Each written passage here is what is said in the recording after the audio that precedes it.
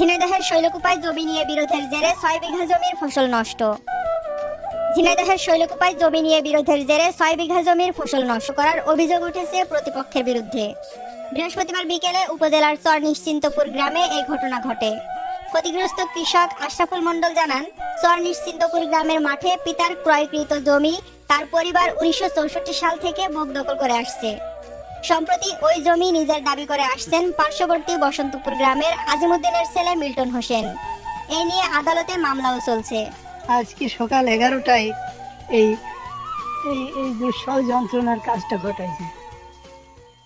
এই জমি আমাদের দখলে রয়েছে 1964 সাল থেকে।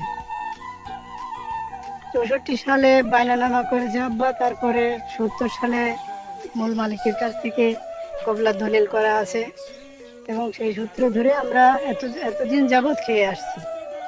এখন এই বসন্তপুরের মিল্টন ও কিভাবে কি করে কোন জাল দলিল থেকে কিভাবে কাগজপত্র বানায়া এই জমি প্রায় শতাধিক লোক নিয়ে আসে, দেশি অস্ত্র শস্ত্র নিয়ে আসে আমার এই জমি আজকে প্রায় 150 কান্দের উপরে কলা কাটিয়ে নিয়ে গেছে।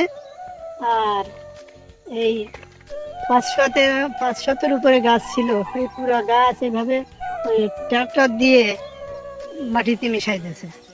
আমার অনেক বড় সর্বনাশ করেছে। চলতেছে 2 বছর, 25 সালে প্রথম দিক থেকে কোর্ট স্থিতি আদেশ দিয়ে রাখেছে জমির উপরে। ও 144 ধারা করেছিল, ওইটা তদন্ত রিপোর্ট আমার পক্ষে আসার কারণে কোর্ট হচ্ছে জমির উপরে স্থিতি আদেশ দিয়ে রাখেছে এবং আমার ভোগ দখলের অনুমতি দিয়ে রাখেছে। এই জমা জমি আমার বাবার আমল থেকে তারপরে 64-65 সালেতে জমি আমাদের দখলে এবং ভোগ দখল করে আসতেছে। জমিটা আমার ভাই আশরাফ আবাদ করে এবং সে সংসার চালানোর দায়ে কলা লাগিয়েছিল। এর আগে মিল্টন তোয়ালের ধারে কেস করে, কেসে তদন্ত রিপোর্ট আশরাফের পক্ষে হয়, মানে আশরাফের কলা জমিতে। এই মর্মে কৃষি অফিসার তদন্ত রিপোর্ট কলার উপরে দেয় যে আশরাফের কলা আছে।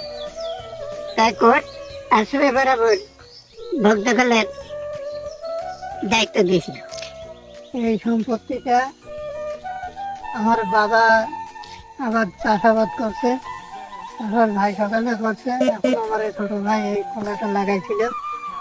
বসন্তপুরের মিল্টন প্রায় শতাধিক লোকজন নিয়ে এসে এবং দেশীয় ধারালো অস্ত্র নিয়ে এসে এবং ট্রাক্টর দিয়ে ধরন্ত কলা গাছ মাটির সাথে মিশিয়ে দিয়ে গেছে।